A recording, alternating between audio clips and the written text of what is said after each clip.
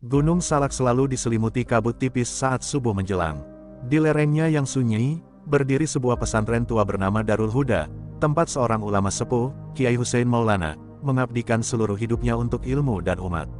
Ia bukan kiai biasa, ia adalah sosok yang jika berjalan, dedaunan seolah menunduk, jika berbicara, hati-hati yang keras pun luluh. Namun hidupnya sangat sederhana, lebih memilih sarung lusuh dan sandal kulit tua daripada jubah mewah dan mobil dinas. Bagi Kiai Hussein, kemuliaan bukan perkara pakaian, tapi cahaya dalam dada. Pagi itu, sang kiai duduk bersila di beranda pondok, memandangi kabut yang turun perlahan. Sorot matanya teduh, tapi dalam, seakan sedang membaca kitab tak tertulis yang bergulir di langit. Santri-santrinya masih tertidur, kecuali satu, Rizal, santri muda yang baru 2 tahun menetap di pondok, namun sudah menjadi seperti anak sendiri bagi kiai. Rizal membawa secangkir kopi hitam hangat dan duduk di sebelah beliau. "Kiai, jadwal pengajian di Cijambe sore ini, masih tetap berangkat sendiri?" tanyanya, ragu. Kiai Hussein tersenyum, mengangguk pelan. "Kita tak selalu perlu diantar keramaian untuk membawa cahaya, Rizal. Kadang cahaya itu justru harus masuk ke jalan-jalan sepi, agar tak semua tempat jadi gelap." Jawaban itu membuat Rizal diam, seperti biasa. Jawaban gurunya tak selalu logis di permukaan, tapi selalu masuk ke dalam hati. Sudah berbulan-bulan Rizal mengikuti kebiasaan kiai yang lebih sering memilih jalan-jalan terpencil dan rute sunyi jika hendak berdakwah keluar pesantren. Beberapa orang di luar pondok pernah menganggap Kiai Hussein gila karena kebiasaannya itu. Tapi mereka tak tahu, bahwa di balik jalannya yang pelan, sang kiai menyusuri waktu, bukan hanya tempat.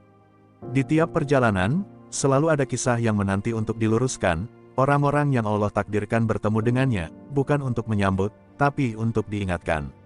Ia tak hanya membawa ilmu, tapi membawa rasa, membawa getar yang membangunkan nurani yang tertidur. Hari itu langit sedikit mendung, meski waktu masih pagi. Tanda-tanda alam yang tak biasa membuat Rizal gelisah. Ia ingin sekali ikut, tapi kiai memintanya tinggal. "Ada tamu nanti malam di pondok. Aku ingin kamu yang menyambut mereka. Tugasmu di sini, Rizal." Anak muda itu menunduk, menahan kecewa, tapi tak membantah. Ia tahu, jika gurunya sudah bicara begitu, maka bukan sekadar perintah, tapi ujian keikhlasan. Kiai Hussein mengemas beberapa buku kecil, mushaf tua, dan selembar sajadah. Ia tak pernah membawa banyak. Ia masuk ke mobil tuanya, sebuah sedan lawas yang tak lagi layak disebut mewah, tapi masih sangat terawat. Mobil itu seakan menyatu dengan pemiliknya, sederhana tapi tangguh. Sebelum menyalakan mesin, Kiai menengadah dan membaca doa pelan, seperti biasa. Tapi entah kenapa, kali ini ia menambahkan satu kalimat baru yang Rizal tak pernah dengar. "Ya Allah, jika hari ini Engkau takdirkan aku bertemu dengan kegelapan, maka izinkan aku membawa cahaya-Mu ke sana." Rizal berdiri lama di gerbang pondok, menatap mobil Kiai yang perlahan menghilang di tikungan. Ada perasaan aneh di hatinya, seperti firasat yang tak bisa dijelaskan. Angin pagi bertiup sedikit lebih dingin, dan burung-burung yang biasanya ramai di pohon randu tua tak bersuara. Ia memandangi langit, lalu berbisik pelan, "Lindungi Kiai, ya Allah." Dan di balik kabut gunung yang kian tebal, takdir sedang menulis satu bab baru dalam hidup seorang ulama, bab yang akan mengguncang nurani para penguasa jalanan, dan menunjukkan bahwa kekuatan sejati bukan di tangan, tapi di hati yang takut pada Tuhan. Jalanan menuju Cijambe berkelok tajam dan tak banyak dilalui orang, terutama menjelang sore. Namun bagi Kiai Hussein, jalan itulah yang ia pilih. Mobil tuanya meluncur perlahan menuruni lereng gunung, menyusuri hamparan pohon damar yang rimbun dan sunyi. Sesekali angin berdesir kencang, membawa suara dedaunan yang seolah berbisik. Di kursi depan, Kiai Hussein melantunkan sholawat dengan suara pelan, seakan membasahi waktu dengan ketenangan. 30 menit perjalanan berlalu dalam hening. Ketika mobil mulai memasuki daerah hutan kecil yang dikenal warga sebagai jalur mati, karena minim penerangan dan sering memakan korban kecelakaan, langit tiba-tiba meredup. Awan gelap merayap cepat, tak sesuai dengan waktu sore yang seharusnya masih terang. Di kejauhan, kilat menyambar tanpa suara, seperti peringatan bisu dari langit. Namun Kiai tak berhenti. Ia hanya memperlambat laju mobil dan memejamkan mata sejenak. Mulutnya komat kamit, membaca doa yang tak dikenal oleh telinga manusia biasa. Di tikungan ketiga setelah tanjakan, sebuah pos polisi berdiri miring, setengah rusak, seperti bangunan yang lama tak diurus. Namun ada dua sosok di sana, dua polisi berseragam, berdiri seperti penjaga gerbang ke dunia lain. Salah satunya melambai keras-keras, menyuruh Kiai Hussein berhenti. Tanpa ragu, sang kiai menarik rem perlahan, dan menurunkan kaca jendela. Hujan mulai turun, gerimis yang turun tanpa suara, tapi menusuk. "Mana SIM sama STNK, Pak Tua?" Suara sang polisi terdengar kasar, tanpa salam, tanpa senyum. Wajahnya kaku, matanya sinis. Di sampingnya, rekannya mengisap rokok dan tertawa kecil. Mereka melihat Kiai hanya seperti pria renta yang mungkin bisa mereka akali dengan mudah. "Loh, ini mobil tua juga masih jalan toh?" "Wah, luar biasa," Kiai Hussein menjawab dengan tenang, menyerahkan surat-suratnya. Tapi Bribka Denny, nama polisi itu, tak puas. "Wah, kayaknya ini suratnya udah lama banget. Bisa kita tahan nih mobilnya, Pak? Kecuali, ada, jalan damai, lah," katanya sambil menepuk-nepuk dompet di pinggangnya sendiri. Rekannya ikut tertawa, tapi tiba-tiba saja suara tawa itu menggantung, seolah udara di sekitar mereka mendadak membeku. Kiai menatap Bribka Denny dalam-dalam. Tatapannya tidak marah, tidak takut. Justru sorot matanya mengandung sesuatu yang membuat Denny merasa tak nyaman. "Nak, kau diberi seragam bukan untuk meminta, tapi untuk menjaga. Jangan biarkan tanganmu lebih cepat dari nuranimu." Kalimat itu sederhana, tapi mengguncang. Bribka Denny merasakan sesuatu mengalir dalam dadanya, entah apa, seperti panas yang perlahan berubah jadi dingin. Namun ego dan kesombongan telah lama berakar di hati Bribka Denny. Ia membanting STNK ke dashboard mobil. "Jangan sok bijak, Pak Tua. Kalau gak mau ribet, ya bayar aja. Jangan bawa-bawa petuah segala. Ini jalan kami, dan siapapun lewat sini, harus tahu diri," katanya lantang, suaranya mulai meninggi. Di dalam mobil, angin mulai meniup kencang lewat celah-celah pintu. Hujan makin deras, tapi tak menimbulkan suara. Kiai Hussein memejamkan mata lagi, dan dalam hatinya, ia tahu, hari ini bukan sekadar perjalanan biasa. Hari ini, sebuah jiwa sedang ditantang oleh langit. Dan langit tak pernah tinggal diam pada kesaliman. Petir menyambar di kejauhan, menggurat langit seperti luka cahaya. Hujan semakin deras, membasahi tubuh Bribka Denny dan rekannya yang masih berdiri di luar mobil, namun tak satu pun dari mereka bergegas mencari atap. Mereka seperti membatu. Ada sesuatu di balik tatapan Kiai Hussein yang membuat waktu seolah berhenti, sebuah pandangan yang menembus lapisan ego, menyentuh bagian terdalam dari jiwa yang tertutup debu kekuasaan. Bribka Denny menepis rasa tak nyaman itu. Ia mencondongkan tubuh ke arah jendela mobil dan berkata dengan nada melecehkan, "Saya nggak peduli kamu siapa. Mau ulama kek, mau pejabat kek, lewat sini bayar. Ini wilayah saya, atau mobil butut ini saya derek ke kantor." Suaranya keras, tapi tak sekeras degup jantungnya sendiri yang mulai tak beraturan. Ada ketakutan yang belum ia kenali, menjalar diam-diam. Kiai Hussein menatapnya tenang, lalu membuka pintu mobil dan turun perlahan. Hujan membasahi serbannya, tapi ia tidak peduli. Tubuhnya ringkih, namun ada wibawa yang membuat dua polisi itu mundur setapak tanpa sadar. Ia berdiri tepat di depan Denny, dan berkata pelan, namun setiap katanya seolah disuarakan oleh angin, "Jabatanmu adalah amanah. Tapi jika kau menukar amanah dengan ketamakan, maka langit sendiri yang akan menegurmu." Tiba-tiba, radio di pos berbunyi sendiri. Suara statis muncul, lalu terputus-putus terdengar suara perempuan menangis, lalu anak kecil berteriak. Rekan Denny, yang bernama Andi, menjatuhkan rokoknya dan mundur dengan wajah pucat. "Bro, lo denger gak barusan?" bisiknya, tapi Denny tak menjawab. Matanya terpaku pada Kiai Hussein, yang kini melantunkan doa lirih sambil menengadah ke langit. Dalam sekejap, lampu di pos padam. Angin menjerit lewat sela-sela pepohonan, membuat ranting-ranting menari liar. Bribka Denny mendadak kehilangan keseimbangan. Ia jatuh terduduk di aspal, kedua tangannya gemetar hebat.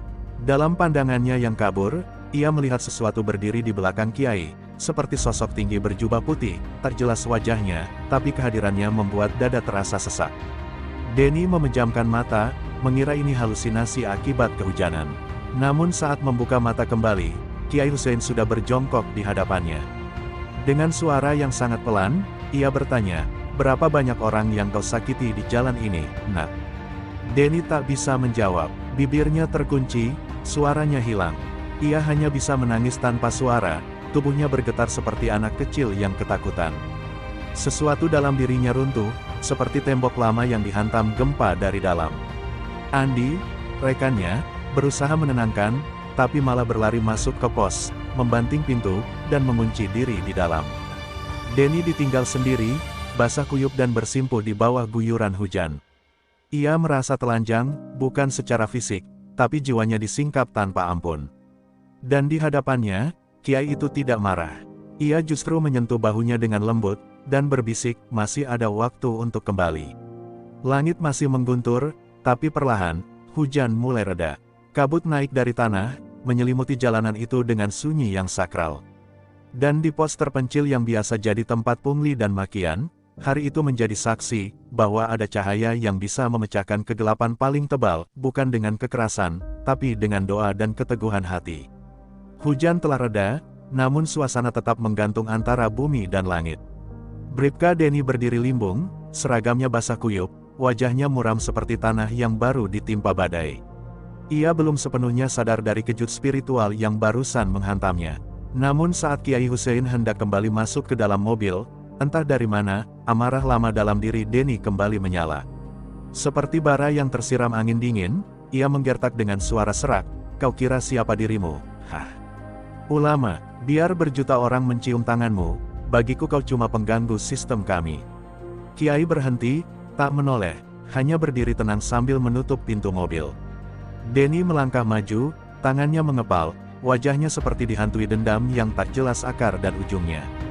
"Kau merusak tatanan, orang seperti kau datang dengan pakaian kumal, sok suci, dan mengganggu cara kami mencari makan. Jangan pura-pura suci di atas jalanan ini, Pak Tua." Kalimat itu menggema di antara pepohonan, menyayat keheningan sore yang baru saja pulih.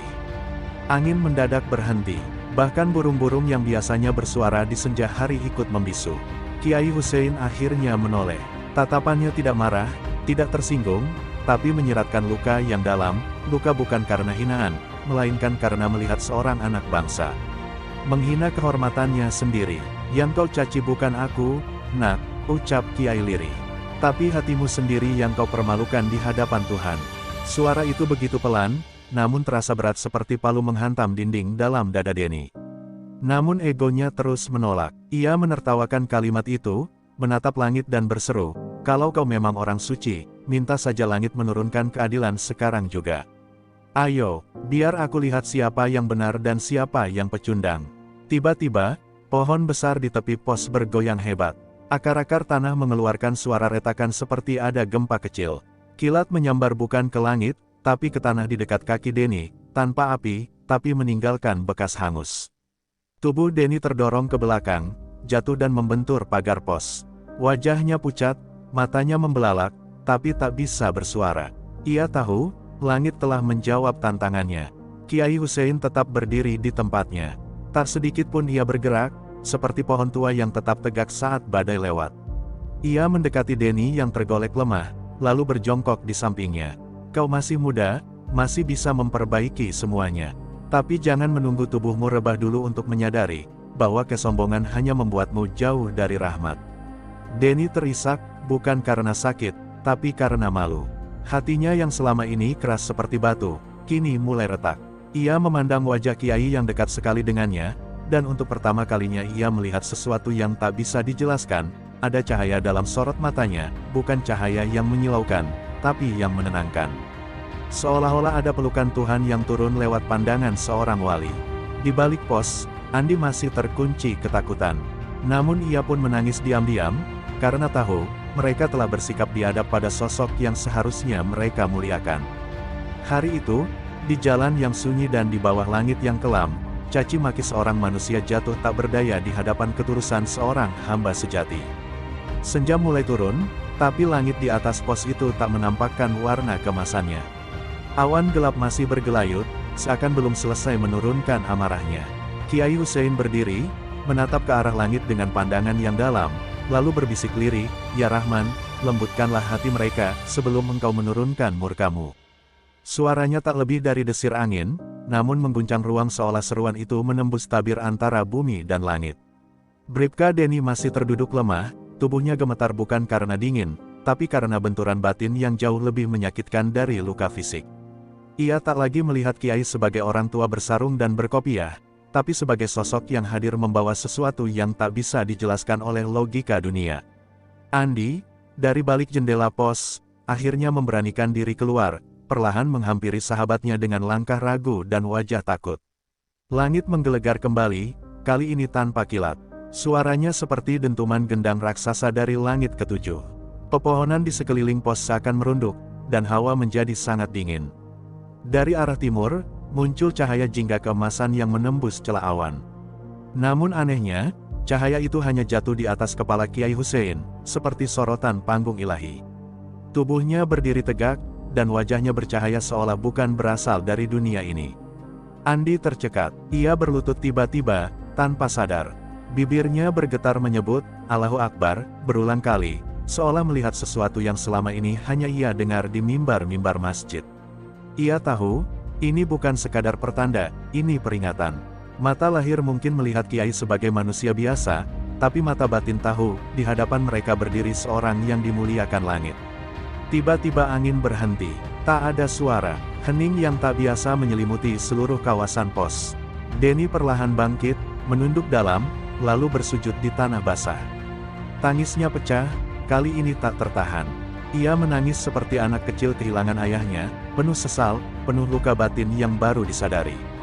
Kiai Hussein menghampirinya, lalu meletakkan tangan di punggungnya. Air matamu hari ini akan menjadi saksi bahwa Allah masih memberimu kesempatan, ucapnya dengan lembut. Denny mengangkat wajahnya yang kotor oleh lumpur dan air mata. Kiai, saya minta maaf, saya hina, saya zolim, selama ini saya buta, ucapnya terbata. Kiai tersenyum samar, lalu memeluknya sebentar. Pelukan yang tak seperti pelukan biasa, bukan sekadar belayan fisik, tapi seolah menarik kembali ruh yang nyaris tersesat ke jurang kegelapan. Tak lama kemudian, langit mulai terang. Awan gelap perlahan sirna, dan cahaya matahari terakhir menyapu jalanan dengan kehangatan yang lembut. Pohon-pohon kembali bergoyang pelan, dan suara alam kembali terdengar. Di tengah jalan yang biasa menjadi tempat kezaliman, hari itu menjadi tempat turunnya berkah. Bukan lewat harta, bukan lewat jabatan, tapi lewat pertobatan yang tulus dan tanda dari langit yang tak bisa dibantah. Dan ketika Kiai Hussein melangkah kembali ke mobilnya, jalanan yang tadinya dingin dan berat kini terasa ringan. Ia melirik ke kaca spion, melihat dua polisi yang dulu angkuh kini berdiri dengan kepala tertunduk dan wajah bersih oleh air mata. Di dalam hati Kiai, ia tahu, ini belum akhir, ini baru permulaan. Perjalanan masih panjang, karena kegelapan tak pernah habis. Tapi selama masih ada cahaya dalam dada, langit tak akan pernah tinggal diam. Mobil tua Kiai Hussein kembali melaju perlahan, menyusuri jalanan sempit yang kini terasa lapang setelah kejadian luar biasa di pos polisi. Denny dan Andi berdiri di pinggir jalan, menunduk hingga mobil itu menghilang dari pandangan. Hujan sudah reda, namun bekas air mata dan lumpur di wajah mereka belum mengering. Bagi keduanya, pertemuan dengan Kiai bukan sekadar teguran, tapi tamparan dari langit yang merobohkan menara kesombongan yang mereka bangun selama bertahun-tahun. Dalam perjalanan menuju Cijambe, Kiai Hussein terdiam lama. Di kursi kemudi, tangannya menggenggam setir dengan tenang, namun matanya berkaca. Ia tahu, bukan dirinya yang istimewa. Ia hanyalah perantara dari pesan yang lebih besar. Tapi berat beban itu tetap ia rasakan, karena di setiap langkah, ia membawa amanah dari umat, dari langit, dan dari sejarah yang tak pernah diam terhadap kezaliman.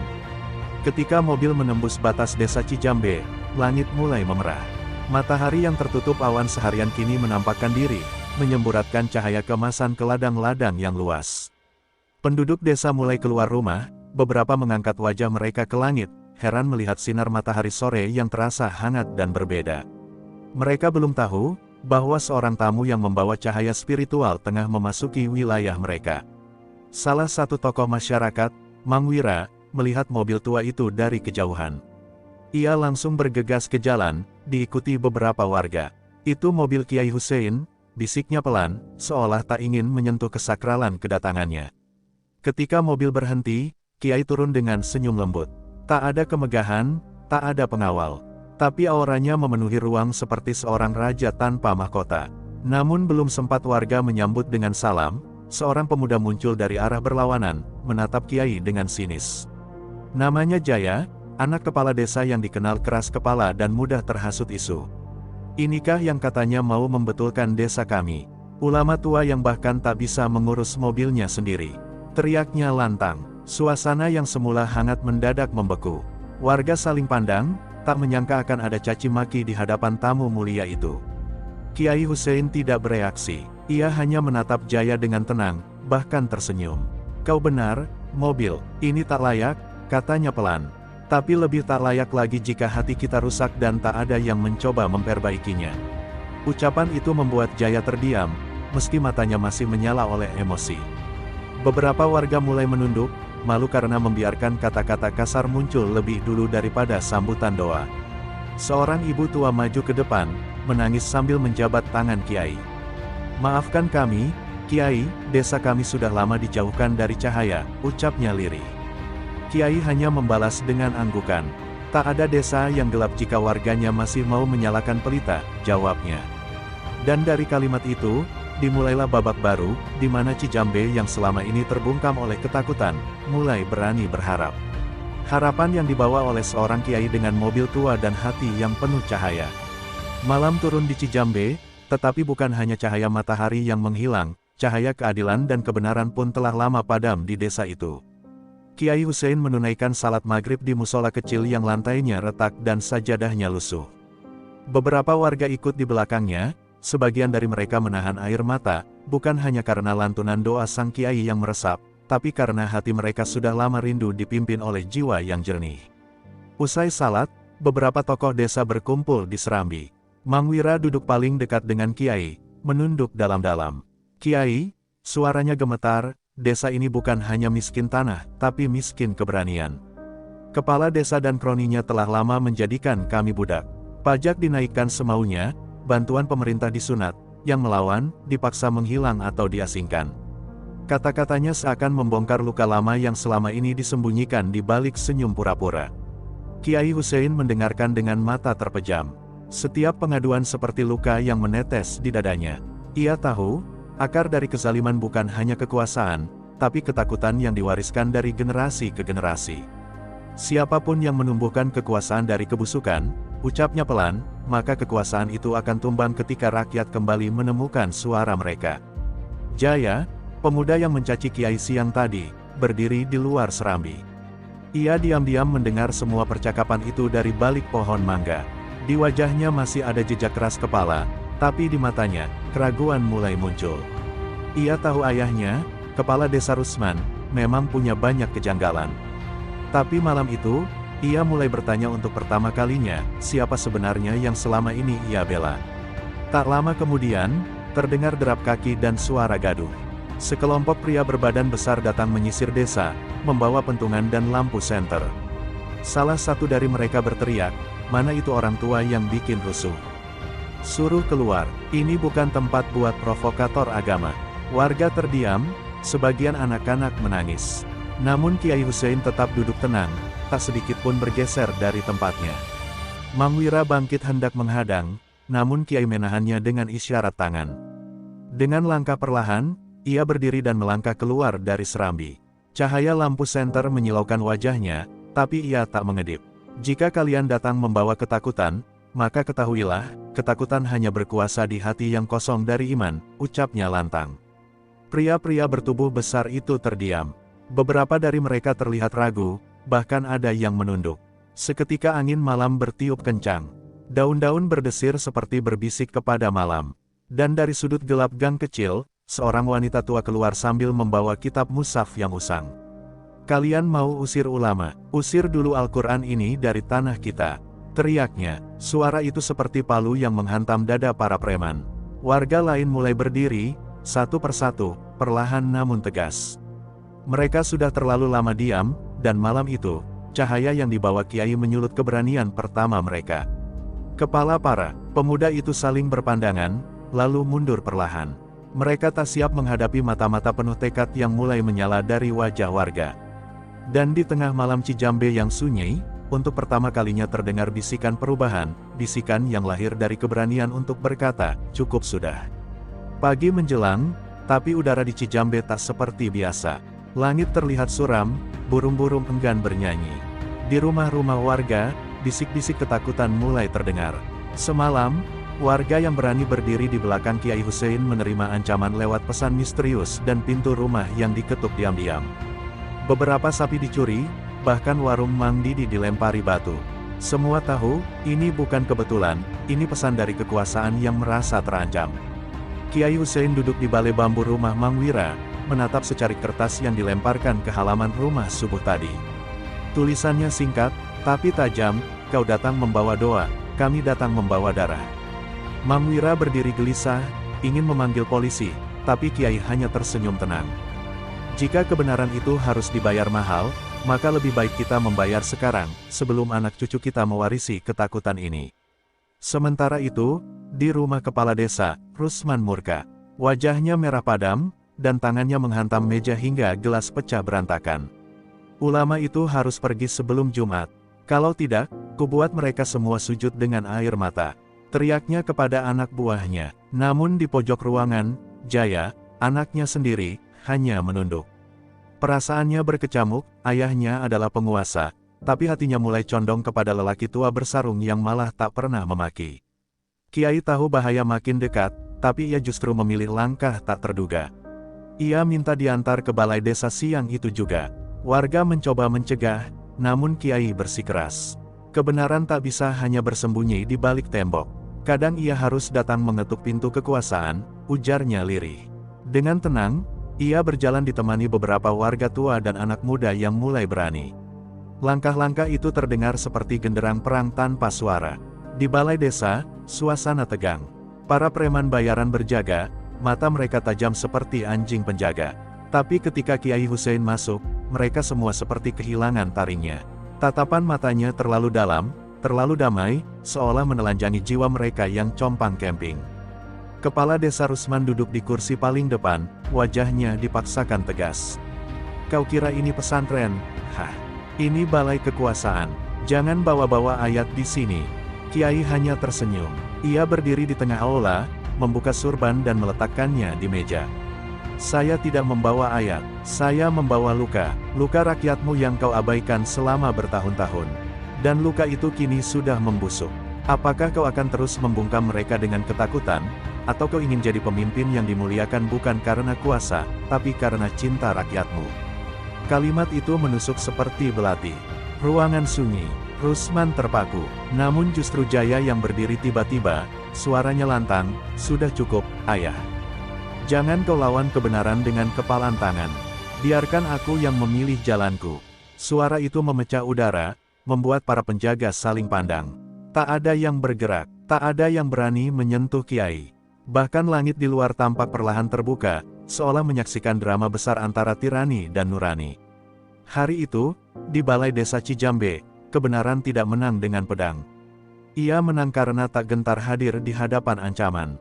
Ia menang karena ada satu suara berani yang akhirnya memilih untuk berpihak, meski harus berhadapan dengan darah daging sendiri. Dan Kiai Hussein tahu, pertarungan belum usai, tapi cahaya telah menyusup ke celah paling dalam. Malam setelah pertemuan di balai desa berubah menjadi malam yang paling menegangkan bagi warga Cijambe. Desas-desus beredar bahwa kepala desa Rusman telah memanggil bantuan dari luar, sekelompok preman bayaran dari kota. Tujuannya jelas, mengintimidasi, menggertak, dan jika perlu, membungkam Kiai Hussein untuk selamanya. Angin malam membawa aroma ketegangan, dan di setiap rumah, orang tua menatap anak-anak mereka dengan kecemasan yang sulit disembunyikan. Namun di rumah Mang Wira, tempat Kiai bermalam, suasana berbeda. Kiai Hussein duduk tenang di tengah ruang tamu yang sederhana, membaca ayat demi ayat Al-Quran dengan suara yang menenangkan. Beberapa warga berkumpul, wajah mereka pucat, tapi pelan-pelan mulai tenang hanya karena mendengar bacaan itu. Langit tak pernah diam terhadap kezaliman, ucap Kiai di sela-sela bacaannya. Ia mungkin menunggu, tapi saat ia turun tangan, bumi akan tahu siapa yang benar-benar kuat. Dan langit benar-benar mulai bicara malam itu. Menjelang tengah malam, langit di atas Cijambe yang sebelumnya cerah tiba-tiba berubah muram. Awan menggulung cepat, seperti dikirim dari arah gunung. Kilat menyambar tanpa suara, menyinari pepohonan dan sawah yang tertidur. Seekor burung gagak melintas rendah, dan angin kencang menerpa genteng-genteng tua. Warga terbangun, cemas akan badai, tapi dalam hati mereka tahu, ini bukan badai biasa. Ini seperti isyarat dari langit. Sementara itu, di tepi desa, sekelompok pria bertubuh kekar bersenjata tumpul mulai menyusup dalam gelap. Mereka mengenakan jaket hitam, wajah mereka ditutupi masker. Mereka tak berbicara, hanya saling memberi isyarat. Tapi sebelum mereka sempat mendekati rumah Kiai, angin kencang menyapu ladang dengan suara seperti auman singa.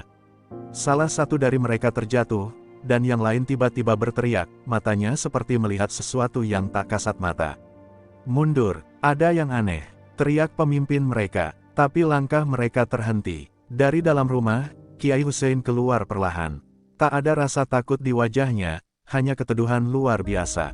Di tangannya, ia menggenggam tasbih tua yang bergetar halus. Ketika ia memandang langsung ke arah para penyusup itu, langit kembali menyambar dengan petir besar yang menyilaukan malam. Seakan-akan alam pun ikut berdiri di belakangnya. Preman-preman itu lari terpencar, sebagian tergelincir di lumpur, yang lain berteriak-teriak menyebut nama Tuhan. Mereka tak bisa menjelaskan apa yang mereka lihat, bayangan tinggi berjubah putih, suara denting tak terlihat, atau rasa dingin luar biasa yang menyusup ke tulang. Bagi mereka, malam itu adalah malam penghakiman. Mereka datang membawa ancaman, namun pulang membawa ketakutan yang akan menghantui sisa hidup mereka. Kepala Desa Rusman mendengar semua itu dari jendela rumahnya. Ia melihat sendiri salah satu anak buahnya lari ke arahnya, terjatuh dan menangis seperti anak kecil. Kiai itu bukan manusia biasa. Dia bawa pasukan dari langit, ucapnya sambil menggigil. Rusman terdiam. Untuk pertama kalinya, kekuasaan yang ia bangun dengan uang, kekerasan, dan tipu daya, terasa sangat rapuh. Ia tahu, waktunya hampir habis. Dan di bawah langit Cijambe yang kini mulai reda, warga kembali berkumpul di halaman rumah Mang Wira. Mereka tahu malam itu bukan sekadar malam badai. Itu adalah malam ketika langit menunjukkan bahwa ia tak pernah diam. Dan ketika kebenaran berpijak kokoh di bumi, maka langit pun akan membentangkan pelindungnya, walau harus dengan petir dan gemuruh yang mengguncang keangkuhan manusia. Pagi menjelang setelah malam petir itu, dan udara di Cijambe terasa berbeda. Matahari terbit perlahan seperti malu-malu menembus kabut tipis, namun sinarnya hangat, sehangat harapan yang perlahan tumbuh kembali di hati warga. Berita tentang kegagalan penyerangan terhadap Kiai Hussein menyebar seperti angin. Bahkan mereka yang semula ragu kini mulai berani menyebut nama Kiai dengan hormat. Dan menolak perintah kepala desa. Suasana desa tak lagi dikuasai rasa takut, tapi oleh sesuatu yang lebih besar, keberanian kolektif. Kepala Desa Rusman terkunci di ruangannya. Ia tak keluar sejak malam itu. Jaya, anaknya, berdiri di ambang pintu sambil membawa segelas teh. "Ayah, rakyat bukan kambing yang bisa digiring seenaknya. Kiai Hussein tak punya senjata, tapi kenapa semua lari darinya? Karena beliau membawa sesuatu yang tak bisa dilawan dengan pentungan nurani." Kata-kata Jaya seperti cermin yang memantulkan bayang-bayang kejahatan yang selama ini ia tutupi dengan kuasa. Siangnya, ratusan warga berkumpul di balai desa. Mereka datang bukan dengan amarah, tapi dengan tuntutan. Beberapa membawa poster buatan sendiri, sebagian hanya berdiri diam, namun sorot mata mereka tajam. Kiai Hussein berdiri di tengah, tanpa pengeras suara, tanpa pengawalan. Ia hanya membawa kitab kecil dan suara yang tenang. "Kita tidak datang untuk membalas dendam. Kita datang untuk mengembalikan marwah. Kekuasaan harus melayani, bukan menginjak." Saat suasana memuncak, Kepala Desa Rusman akhirnya keluar. Wajahnya pucat, tubuhnya gemetar. Ia berjalan pelan menuju kerumunan, dan untuk pertama kalinya dalam hidupnya, ia menunduk di hadapan rakyat yang selama ini ia perlakukan sebagai budak. Ia menatap Kiai Hussein, dan dengan suara serak penuh penyesalan, ia berkata, "Maafkan aku, Kiai. Maafkan aku, warga Cijambe. Aku telah mengkhianati kepercayaan, dan aku tak layak memimpin." Tangis pecah di tengah kerumunan. Bukan tangis sedih, tapi tangis lega. Beberapa warga bersujud syukur. Kiai Hussein memeluk Rusman seperti seorang ayah yang memaafkan anaknya yang tersesat. "Kesalahan sebesar apapun masih bisa dimaafkan, selama kau mau berubah." Kalimat itu seperti doa yang menghapuskan dendam. Beberapa warga yang sebelumnya sangat marah, kini meneteskan air mata. Setelah kejadian itu, jabatan kepala desa diserahkan kepada warga melalui musyawarah. Jaya menolak dicalonkan, ia memilih belajar langsung kepada Kiai Hussein, yang memutuskan untuk membangun pesantren kecil di Cijambe. Pesantren itu menjadi tempat bagi generasi muda untuk belajar agama, keadilan, dan keberanian. Tempat itu diberi nama Darul Nurani, rumah bagi mereka yang ingin membangunkan hati yang lama tertidur. Bertahun-tahun kemudian, cerita tentang malam petir itu menjadi legenda. Anak-anak desa tumbuh dengan kisah tentang seorang kiai yang tak membawa senjata, namun bisa menggetarkan langit dan mengguncang tahta zalim. Mereka tumbuh dengan satu keyakinan, bahwa kebenaran, meski tertindas, tak pernah mati. Ia hanya menunggu waktu untuk berdiri kembali, dan ketika saat itu tiba, tak ada kekuatan yang bisa membendungnya. Dan di serambi pesantren, Kiai Hussein kini duduk dalam diam, menatap sawah yang menghijau. Di tangannya, tasbih tua masih berputar perlahan. Sesekali ia tersenyum, seolah berbicara dengan langit. Karena ia tahu, perjuangan mungkin telah usai, tapi tugas menjaga cahaya tak pernah berhenti.